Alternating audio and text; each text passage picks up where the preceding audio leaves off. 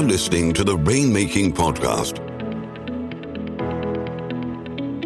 hosted by high-stakes headhunter, author, and professional speaker, Scott Love.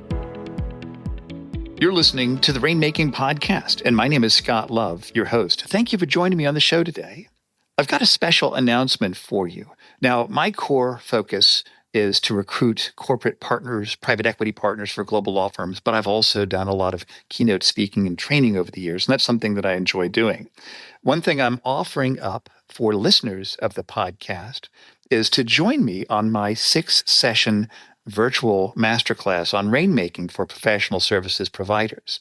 This is 6 different sessions. One of those is going to include a one-on-one group coaching session, and we're going to go deep.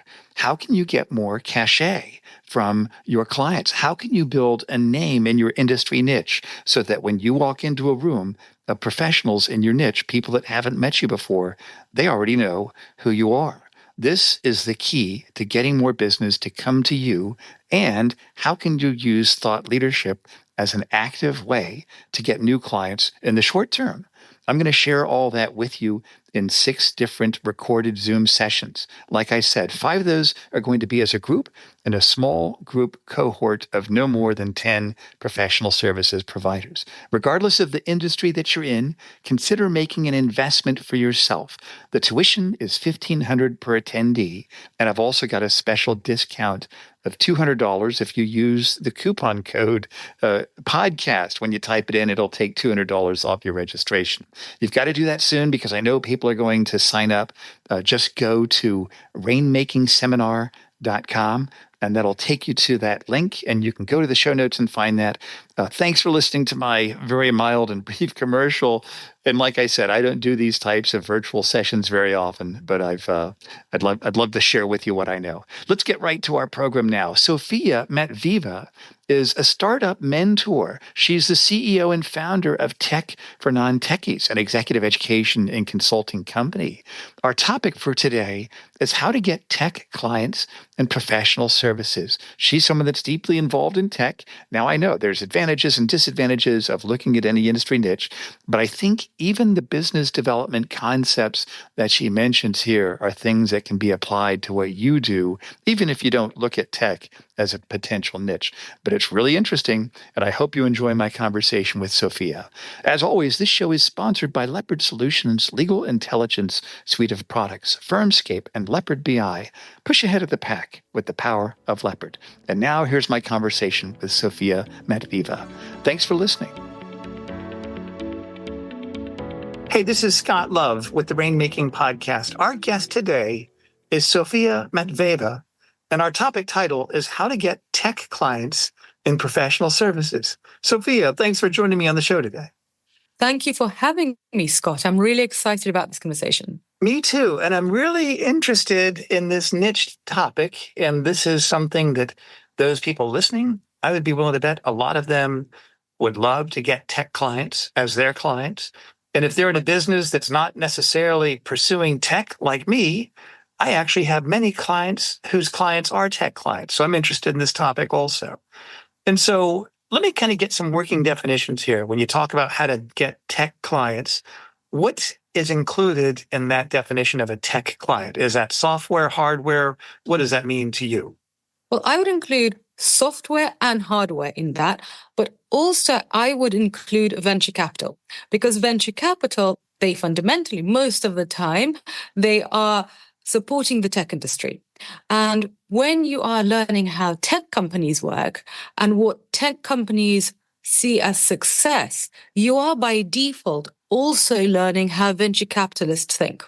And so not only is that a useful skill set, but if you then end up representing, for example, a tech startup, so maybe, I don't know, an AI startup that goes from seed to Series A to Series B, then eventually to IPO, and so then you're representing a listed business. And you have also got to know their investors, and then you start representing the venture capital community. Well, not only do you have a very lucrative business, you're also, I think, doing something really interesting. Just doing something very intellectually stimulating because it is these businesses that right now are changing the world. We're living in the digital age. So it's software companies and it's the venture capitalists that support those companies that are essentially really changing the business world. And I think being an advisor and being at the forefront of that innovation is incredibly lucrative, obviously, but it's also, I think, just fun. Yeah, interesting. So what is it then in terms of the life cycle of tech? Is this something, have all the tech companies already been built? Is this would you consider this a mature industry? Where do you think that is in terms of the industry's life itself?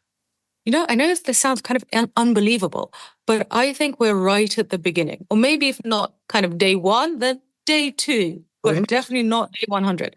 And the reason is, if you actually look at the Fortune 500 today, less than 10% of the Fortune 500 are classified as tech companies.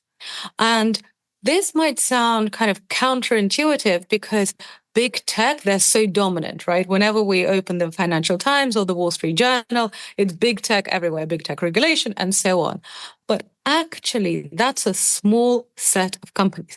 And so this shows that there is a huge amount of room to grow and that innovation is only speeding up. I mean, look, we didn't even really know about ChatGPT this time last year, and look at where we are today and how much industries and how much companies are already being changed by this, and look at what people are saying about the future of work. So that's point one. Point two is that digital transformation is on the minds of every single CEO of any kind of large company. So whether that's an energy company, real estate, or whatever it is. So yes, I know that we're talking about getting tech clients specifically, but a lot of businesses are now becoming so tech-enabled that actually the opportunity, I think, we want to think about the tech sector, but also how is that tech sector enabling the rest of the economy? Because, software is now kind of like electricity. It's everywhere. This is why I do think that if you're a lawyer or you're a consultant or you're an accountant and you're thinking, well, I need to pick a niche, I need to figure out who my ideal client avatar is, so then I can create a strategy. If you're not sure which way to go, I suggest tech and digital transformation, they're basically going to be a gift that can keep on giving. Because if you look at, say, the energy industry, it's really lucrative. It's really interesting, but its long-term prospects, I'm not sure about them. I'm not a specialist, but I'm not sure about where that industry is going, because obviously with natural resources, they are being depleted. There are issues there. With tech, I'm confident that in 20 years' time, this is still going to be an industry that is incredibly lucrative, and that's not going to go anywhere for a long time. Well, this is really interesting. And so if we were to look at certain sectors within tech, how could we segment those? The first one I think of is fintech, companies in banking that do the payment processing companies. Even Apple became a fintech company. What are kind of the segments within tech that you think we could kind of parse them into? So you can either think of it that way. So, basically technology for specific industries. So is it going to be travel tech? Is it going to be fintech? Is it going to be legal tech? There is that way of doing it. Then there's another way of doing it, which is consumer versus enterprise, because they're very different things.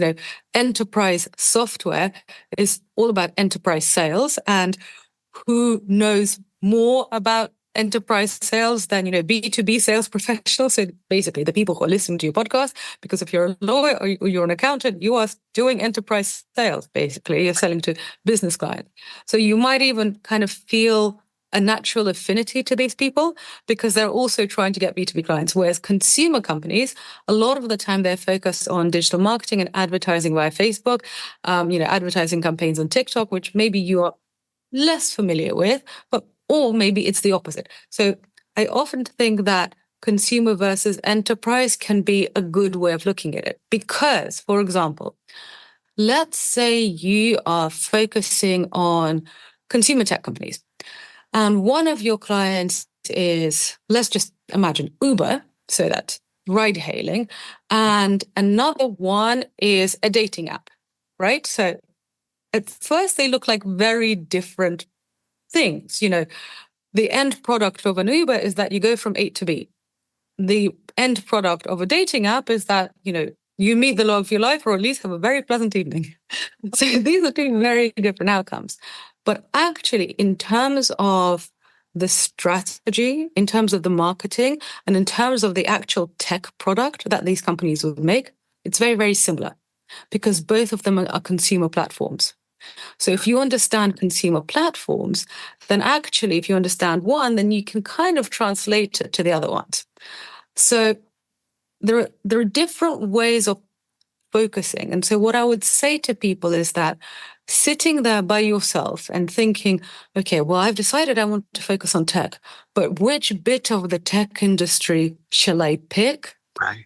I don't think that's a very useful way of doing it because that assumes that you are sitting there by yourself and you have all of this infinite choice. And I don't think that's true, right? That's not true for any of us. Yeah, I like to segment this. I think that's brilliant. Besides consumer versus enterprise, are there any other variables that we could segment clients into besides that?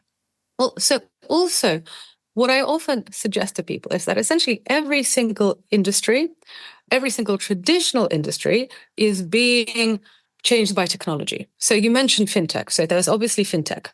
Then there's ad tech. So that's advertising technology. And that field is absolutely huge.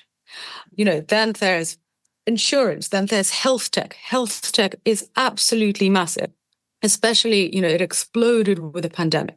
So there are all sorts of different fields. And so when you're thinking, which one of these, let's say, tech sub-industries do I go to? Because you can literally look at every single industry that exists and basically make it a sub-industry of the tech industry. Does that make sense? It does. That's interesting.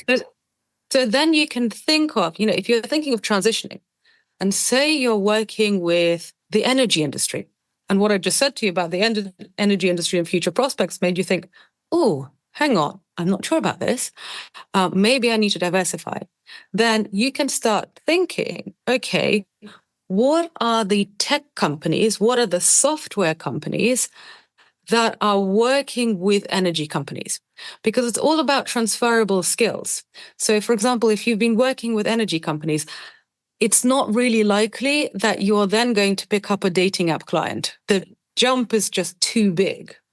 But there are lots of tech companies that are focusing on, say, supply chain, industrial supply chain, that would work with the likes of Shell and BP and so on.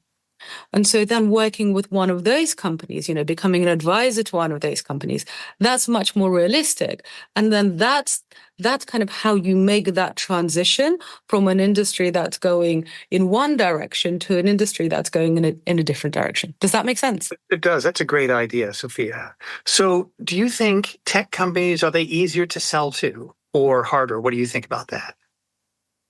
Well, so I'm going to speak from my experience and from the experience of the people that I work with. So I'm not a lawyer, but I have been a tech company CEO, and I have hired lawyers, I've hired accountants, I've hired advertisers. And what I've seen is that the mindset of professional services often is very, very conservative, especially if you're speaking about lawyers and accountants. Right. Usually these are very traditional professions, and they are trained to look at precedent. Now, tech innovators are literally the other side of the spectrum. They are innovators, and I'm not saying this in a kind of let's idolize these people. What I'm saying is that tech innovators are using the scientific method to figure out what to do next. So they don't really have a clear plan. They certainly don't have much precedent. They basically have an idea of what they think will work. And then they just do a bunch of experiments, most of which fail, to then see what next step is the right one. And so one is a very iterative approach. That's the tech approach. And the professional services approach is very much based on planning and precedent. And so when you have these two very different mindsets colliding, well, you have lots of misunderstandings, which I think is I think it's a shame, obviously, for the lawyers and the accountants listening to this, but also for us, for the tech clients, it's a real shame because every single client wants to have a great relationship with their service provider, right? Especially about something as emotional as legal matters or financial matters. So to answer your question, I think that tech clients are harder to get for people who are classically trained in professional services because the mindset is so different. Right. But if you work on that mindset, and if you understand that the way you've been trained is perfect for drafting legal agreements or for drafting accounts, but the way your client operates is in a very different way, then you'll be able to kind of understand that they're a different creature to you.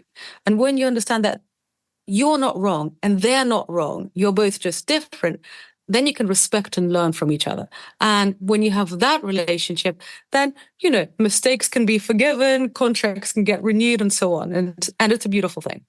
This is really interesting. Let me ask you this, Sophia. What is the perspective that the decision maker in a tech company has in terms of choosing a professional service provider? What do you think is important to them? If we're going to pitch our professional services, what's the lens through which they're looking in terms of who they choose to buy from and who to hire? Well, so I'm sure everybody says this, but it's about relationships, right? So how have I, for example, hired any service providers when I was running a tech company? I would ask my investors and I would ask my fellow founders, who are you using and whom did you like? So relationships matter. Also, what matters is essentially who you worked with before. And so then this puts professional services providers who want to get into this space into this really annoying situation when you're like, okay, well, I need experience to get experience. What am I supposed to do? And so this is why there are all sorts of ways that you can, I suppose, game the system in order to get that experience.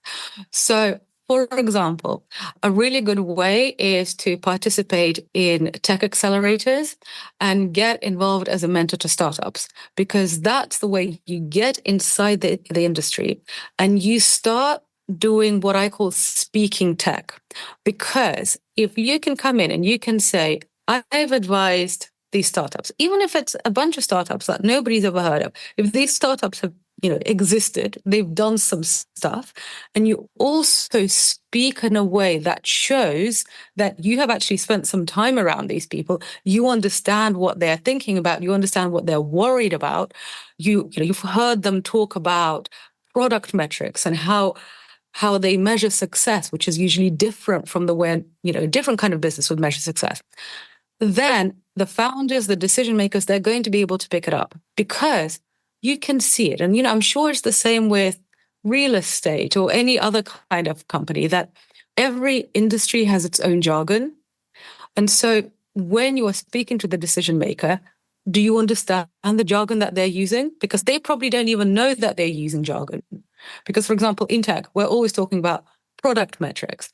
We're talking about engagement metrics, for example. If that makes no sense to you, then I would recommend go and figure out what that is, because, sometimes you can ask questions and say, can you clarify that? But some things you do just basically have to know. Yeah, that's great advice. And here's another bonus tip. I remember hearing this from another sales trainer. He said, if you work in a new niche and you're getting familiar with it, write down 50 buzzwords that you hear. And when I converted my niche to legal back in 2009, I wrote down 75. I was able to get 75 buzzwords that helped me move from conversational to fluent. What do you think about that idea, Sophia? I think this is really brilliant, Scott. And so just before you hit record, I told you that I was in Barcelona. So right now I'm in Barcelona, and listeners, if you've never been, you've got to visit. It's amazing. I'm here doing a keynote speech. And, my Spanish lessons were a while ago. So I was practicing on my Duolingo app, just basically practicing some vocab before I actually got to Spain. But when I got to Spain and, I actually needed to get out of the airport and get a taxi and, navigate my way through the city, that's when my vocab actually, made contact with humans. And that's when things got scary, right? Because, it's all very well and good practicing by yourself, but when you're actually faced with a real conversation, then, kind of like I found I was frozen. I forgot what I was supposed to say. I was mixing words and so on.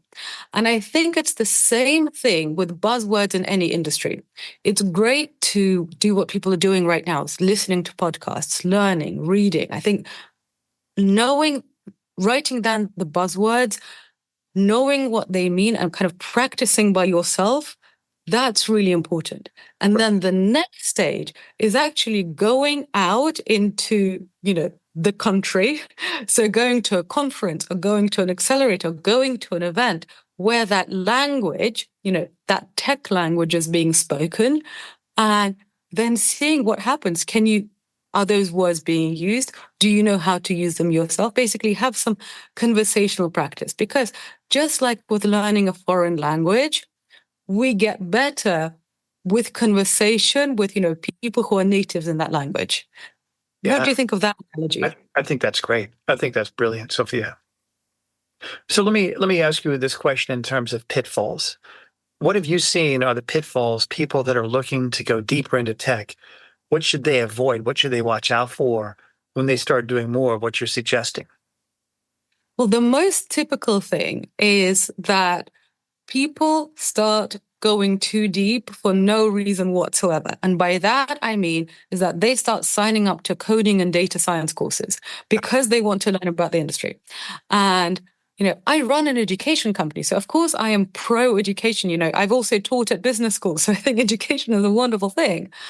However, I want it to be education that actually gives you utility or pleasure. If it's not useful and it's not pleasant, then you shouldn't be doing it. And I find that, especially, for example, lawyers, lawyers it's a very word-heavy industry. And when I've seen lawyers then signing up to a coding course and attempting to learn Python because they think, well, if I do this, if I learn this, then I'll be able to understand my clients better, it really hurts them because often their brains are just not really wired that way because they went into a word-heavy industry for a reason. They're not coders for a reason. And then they're forcing themselves to do it and kind of it drives them into a pit of despair. And I always say to people, if you wanted to work for the real estate industry, would your instinct be to, build a wall or to install your own bathroom? No. Right. That becoming a plumber is not going to help you understand your hotel industry clients. It's the same with tech. What you want to do is you want to understand the concept, learn the jargon, get comfortable with that jargon, understand the basic idea of how does an idea, so, if I'm a founder, I have an idea and I don't have anything yet. How does that idea go from idea to prototype to minimum viable product to a product that's scaling to a product that's monetizing to a product that's then used by millions? Like, what does that journey look like? What has to happen? But in order to understand that journey, you don't actually need to build it with your bare hands. So the mistake that people make is they try to build things in order to understand what their clients are doing. And often this is a very expensive and unpleasant waste of time. Right. Well, Sophia, what would be 3 action steps people can take if they want to start pursuing what you're recommending? What would those 3 action steps be? So the number one thing is start acclimatizing and learning that language. So one of the things that I would recommend is literally, if you're listening to a podcast, you can listen to some tech podcasts. So there are lots of tech podcasts I can recommend, including mine, but there are a lot, it's very easy for you to find some tech podcasts. Listen to tech founders speaking about their journeys and how they built their companies. And you can just do that on your daily walk. So that's number one. That will make you kind of start feeling comfortable. Number 2, get involved. So number 1 is kind of like learning the language, but by yourself. It's like me on my Duolingo app doing that vocab. But then what you need to do is speak to a native in that language, right? So how do you do that? I would recommend find a tech accelerator near you. And there are now so many accelerators pretty much everywhere that you'll be able to find one. And a lot of them now also do online demos. So basically, there is no excuse. And you can go to an accelerator demo and usually it's kind of a networking event. You see what startups are presenting, what they're pitching, why they're pitching. And usually after that, there's a networking event where there are the founders, the investors, and the advisors in the industry all having drinks and having a chat together. And, some of them are super exclusive, like Y Combinator is super exclusive, but a lot of them are basically free entry. So find those and start going. First you'll feel awkward and shy, but eventually you'll start talking to people and kind of become part of the sector too. So that's step 2. And step 3 is after you have acclimatized and started speaking to the natives, start adding value to them.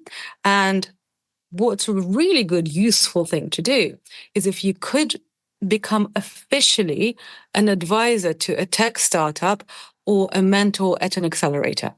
Now, often, if you're literally transitioning into the industry and you've never done anything before, this will usually be unpaid at first. Sort of like, we had to do kind of unpaid work experience or unpaid internships and at the beginning of our careers, kind of have to do that till when we're transitioning into an industry.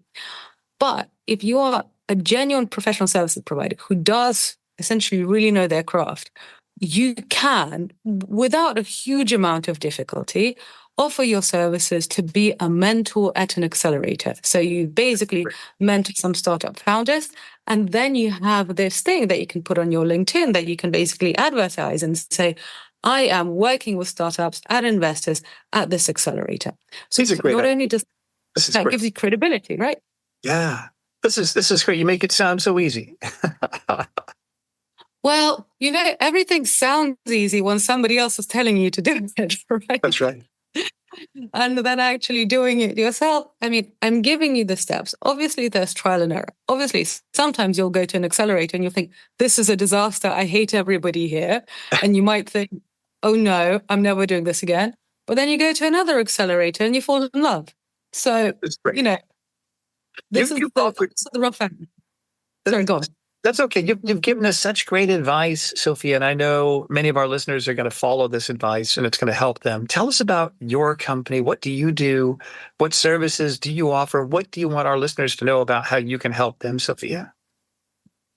Well, I run an education company called Tech for Non-Techies. And if you're listening to this podcast, which obviously you are, then you can also listen to the Tech for Non-Techies podcast. And that's where you can combine the learning that you're getting from Scott on sales and how to be a rainmaker with basically knowledge about the technology industry and venture capital. So then you can sell to those people. You can combine our 2 podcasts to basically go after some of the most lucrative clients in the world. So there's the Tech for Non-Techies podcast. And my aim is to help smart, non-technical professionals thrive in the digital age. And the kind of companies that we work with are law firms, professional services providers, or companies going through digital transformation that basically have a bunch of really smart people who are very professional, who are not developers, who are not tech people, but whose livelihood and whose success depends on collaborating with tech people. And so I want to help them understand how to do that. And I've also taught courses at London Business School, Oxford University, Techstars, and written for the Harvard Business Review. But most importantly for listeners, there's also a free course. If you're interested in what we've been talking about, just go to the Tech for Non-Techies website and you will see that there's a free course that you can take that goes deeper into some of the concepts that we've talked about today. That's great. And we'll put that link for you, your LinkedIn link, and also that course on the show notes. So for everybody listening, go to wherever you listen to this podcast, look at the show notes, and you'll be able to get all that information directly from there. And Sophia, thanks for being a valuable contributor to our show. I really appreciate you being on here, and thank you for giving us such great advice. Thank you. It has been an absolute pleasure. I loved our conversation. Thank you, Scott. Thank you for listening to the Rainmaking Podcast. For more information about our recruiting services for international law firms, visit our website at attorneysearchgroup.com. To inquire about having Scott speak at your next convention, conference, sales meeting, or executive retreat, visit therainmakingpodcast.com.